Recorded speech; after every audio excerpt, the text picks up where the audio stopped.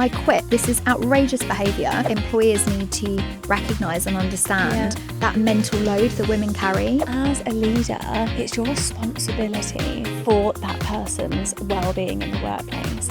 People don't understand the power of that enough. It is huge. It's just an insult. It's that, to me, would make me feel how I'd feel if I had to go to a boyfriend for approval to go out the weekend. So welcome to today's episode of Health Applied. Hello.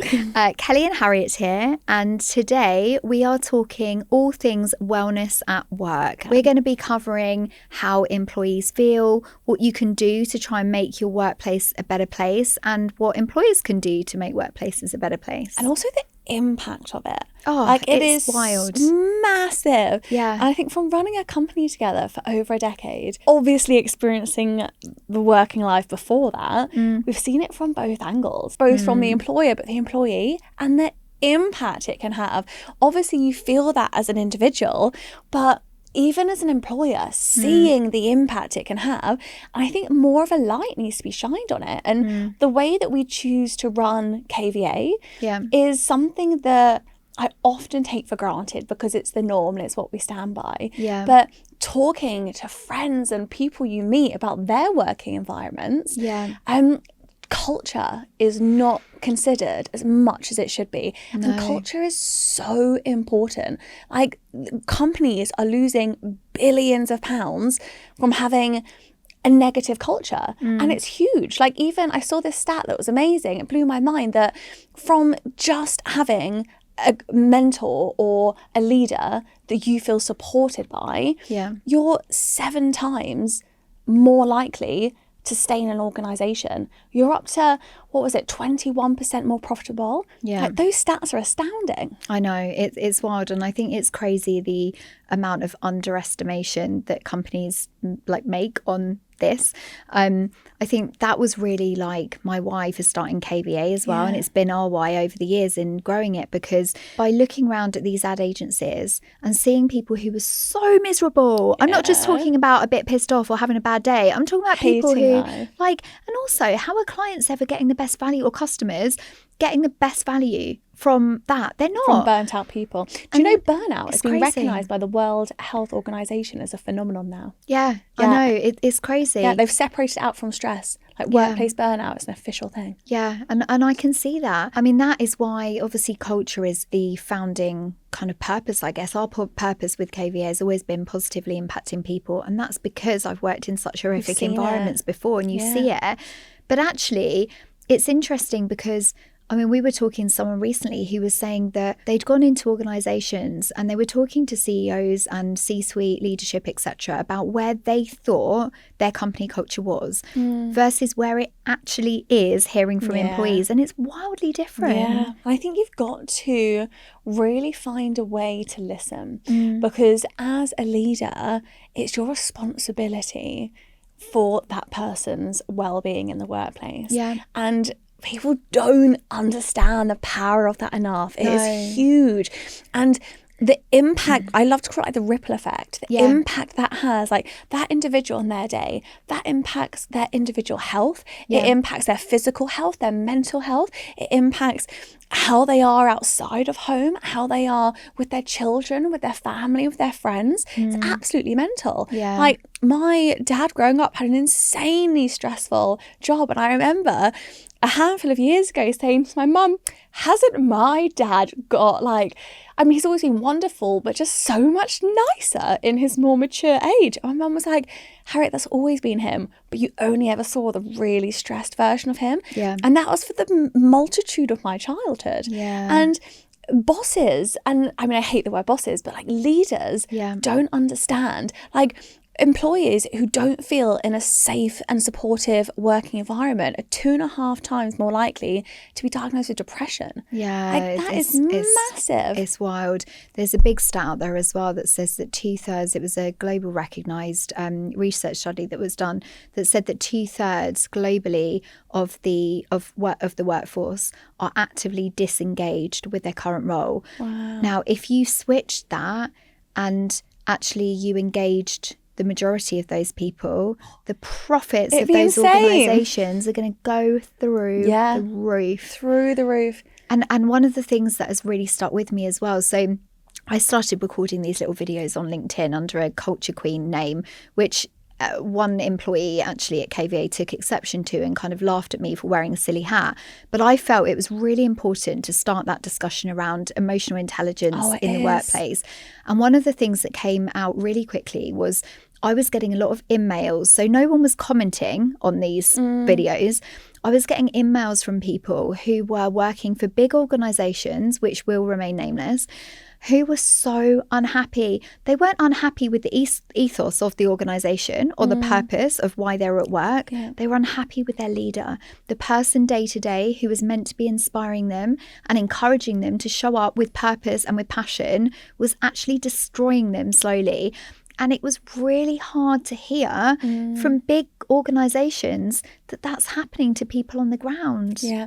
And what do you think someone could do in that environment to help themselves? And I say help themselves because, yes, it shouldn't be necessarily the responsibility of the person, but I'm a firm believer that you are only in control of your own actions. And if there's a dickhead who's there causing you hell, you can only control yourself. What would you recommend? I mean, my advice, which is probably controversial, would say quit. You have one life. If you don't like the leader that you have and you've tried to make a change, which I'll outline in a minute, but if that hasn't been successful, which 9 times out of 10, unfortunately, the people that get recognised in leadership, it's normally because somebody higher up than them has also got a very similar stance. So that kind of toxicity, it spreads and it filters down and it always comes from somewhere. And normally, if enough people come forward and that leader is still in a position, there's a reason for that. So I would say, life's too short. It's what I always used to say to my mum, just quit. And my mum was like, but why should I quit? Because it's my job. I love it. I love my work, like my colleagues. I love my work family. I love my job. Why should I quit because of one person? And it's true, right? Why should you? But there's so many things that we want to change about the world that we can't. And sometimes we just need to walk away. And it's like the conversation that we had earlier with Kat Sims, you just need to not give it your energy and you just walk away. Let them be. You let them be. And like Mel Robbins says, you know, let them do whatever they want over there and then let you decide how you're going to respond to that. Do you think it should be raised to senior leadership? Because yes, I think removing yourself from the situation and protecting the one life and the one experience you have is so valid.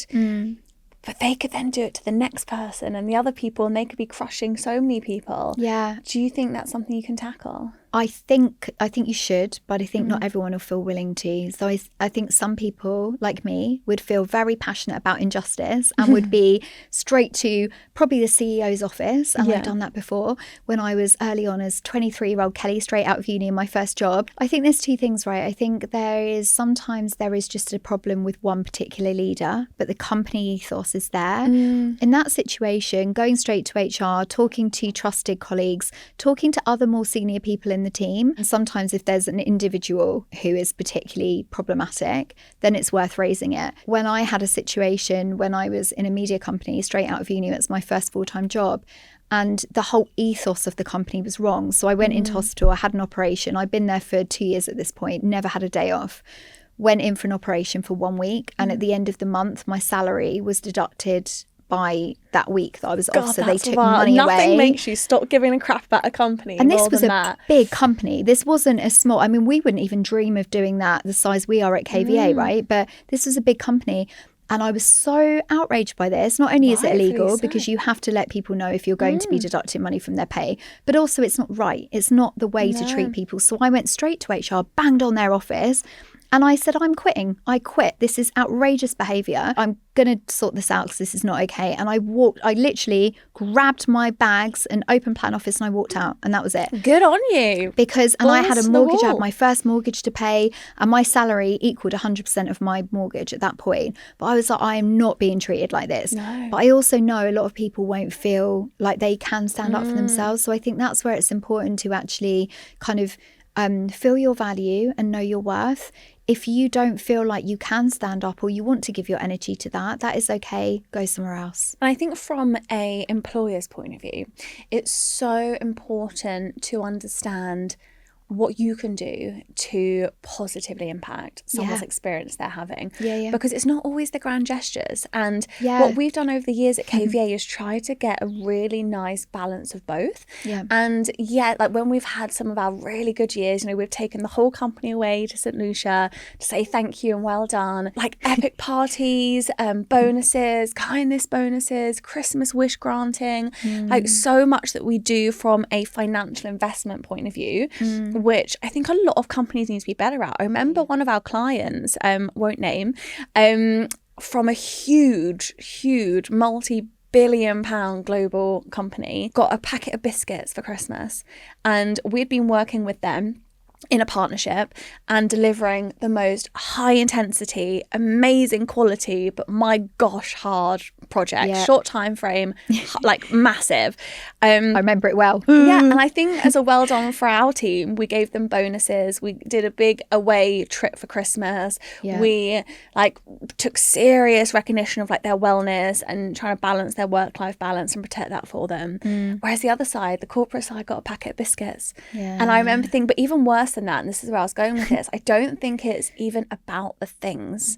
It's about the underlying essence of feeling seen and valued and cared for. Yeah, What do you think? I completely agree. Do you know what? I would love to hear from anyone out there as well on how you have actually had situations like this and tackled them. Like, how have you actually gone about confronting this kind of behaviour in the workplace, and like how, so that we can share how other people can learn from that as well. I think a key thing as well is around flexibility.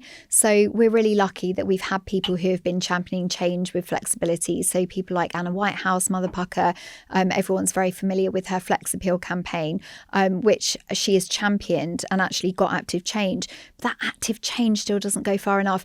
It still makes companies able to very comfortably, in my opinion, opt out if they want to. It makes them have to consider if an employee wants flexible working, but they don't necessarily have to agree to it. And I just think it is archaic. I mean, we've seen it in the news recently where companies like WPP, for example, Omnicom, those kind of big giants, and they've demanded that their workforce goes back to work 4 times a week now, or they're in the office 3 times a week, or whatever it is.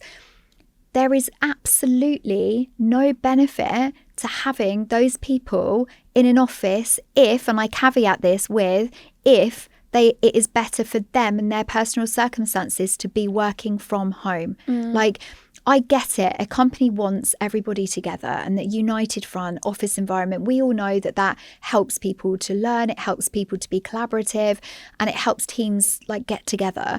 We also know everyone's different. We're all unique. Some people have dependents. Some people have extended families living with them. Some people have health problems. And actually being able to save on that 2-hour commute, being able to save that person who has a bowel condition from worrying about getting a train. There's so many things that impact a person's life that aren't considered and should be, in my opinion. I totally agree. I think it's about choices. You need to be able to make your own choices as an adult. And an employer needs to respect that. And you need to, as an adult, be able to know, okay, we're going into an office environment, better enhance what I'm doing. Or would it work a lot better for me if I was able to work from home? I then wouldn't stress. I'd be able to pick up the children. I'd be able to work later on into the evening because I had to leave at 3 to pick up the children. It's that flexibility. And supporting that, your team feels supported. They feel valued. They feel respected. And then they will give back more because they care. They're not resentful. They're feeling like they're part of something. Completely agree. And also it changes lives, right? We've had an employee previously who had a parent that was diagnosed with a terminal cancer, and they said that they would really like some time with that parent. Now, we have unlimited paid holiday at KVA, which we took a lot of abuse for when we first launched it, and it was years ago that we launched it. But actually being able to then say to that employee, you go take several months off or do flexible working, whatever. Do not worry about work during that time. You go off and you do what you've got to do. That person was able to spend precious time with their parent who is now sadly passed. I am so honoured that we've been able to play a part in that and those memories for someone else. Yeah. Yeah. You know, it's so much bigger than I think people see. There is. So what do we think are the main things that employees and employers can do to help this situation overall? Conversations, recognition, and actually just talking about what their needs are. I think employees communicating really clearly what their needs are, employers listening really clearly to what the employees' needs are. I think as well, it's understanding, I think employees also having an understanding of what those company leaders are dealing with. We never really think about the other side of the coin. If I was listening to this podcast and I was listening as an employee, I would find it really hard to put myself in a position of someone who was an employer. Yeah. But my gosh, sometimes do employers have really hard decisions to make, and weight of the world on their shoulders, trying absolutely. to keep everyone happy. Yeah, and like, no one sees everyone that. happy is so hard. And we give back. We treat everyone as an individual with different needs and different motivating factors. Oh, gosh, it is tricky. Yeah, and that's the thing, like you've hit the nail on the head. Everyone is an individual and we all have different things that will suit us, and also different walks of life and different times in life. There might be times when, and this is where the unlimited holiday comes in, right? It's like there might be times where someone gets married, goes on a honeymoon, has a baby, and actually during that year they want quite a lot of time off. And there might be times when they don't need as much. How awful is it to be able to think that a mum, can't go to her child's sports day because she's run out of annual leave? Like, it's just absolutely awful, mental, isn't it? And the fact that you'd even need, like, someone in that situation, you'd imagine they'd have to ask for unpaid leave. Yeah. And to me, it's just an insult. It's that, to me, would make me feel how I'd feel if I had to go to a boyfriend for approval to go out the weekend. Yes. Like, that to me makes my skin go like, oh, I'm not free, I'm trapped. It does. If you have to go to an employer and say, can I have one day unpaid leave, please, to go to this sports day? I know. Like, it's just not the way the world should be. So we are on mission. Treat everyone like adults. Yeah. We can all make our own decisions. And we have this motto that if our team are happy and our clients are happy, then we're happy. Yeah. Like, around that, we're adults. There's flexibility and trust. Like, trust is a big thing. You have to trust your team until there's a reason that you can't trust them. Yeah. I think you need to give that trust to begin with. Absolutely. And I just hope that we can encourage people out there to drive a change. Yeah. Like, imagine if every single employer treated everyone like an adult. We all can be responsible for our own time. But if you don't trust people, why employ them? Yeah. You know? And some people will take advantage of this. Like, absolutely. And maybe they're not right for your company. Exactly. And that's fine. And I think that's the thing. It's recognition of who is the right fit, because not everyone, especially when you build a healthy culture, and we know this, there's some people that very clearly will not get on with that. And you almost see them kind of sitting there looking like, when is something bad going to land? And when it doesn't, it kind of derails them, because they're expecting the corporate drama and they're expecting for things to happen and it doesn't. And that's quite unnerving. But I think every single person should be given the freedom and the flexibility to live as an adult. And in particular, women, with all the hats that we wear, with being mums, with being busy, with being, you know, all of the things that we do. Never day to day. a dull day. There isn't, you know. And when juggle. Kids are sick, the responsibility always falls on us. It never falls on the dads, ever. And it just, I think... Different setups, different families sometimes, maybe. In my experience, I would honestly say probably 99% of the situations that I've witnessed, it's by default the mum. And it shouldn't be. Like, it just shouldn't be. But it is. And I think employers need to recognise and understand that mental load that women carry. Like, that's a big part of it. But also, from going back to what I said about the emotional intelligence, I think that's a really key thing for men, right? So emotional intelligence in general is something that I feel really passionately that should be taught to young boys in schools. It's not just absolutely. It's not just as simple as like how to treat women. It's just being aware of your behaviour. And a lot of it stems from conversation and being able to talk about subjects really openly. And I think as well, like supporting men in the workplace, like how can we do more to get men actually feeling really comfortable about, because they're probably going through things and they have less of a network probably by default than women, to be able to talk about these things. Conditioned to create that network, to talk about it. Absolutely. Whereas they're conditioned to shut down. I think this is what I mean by treating everyone as an individual. Yeah. Like, you have to create a space where you're accounting for men and women. Yeah.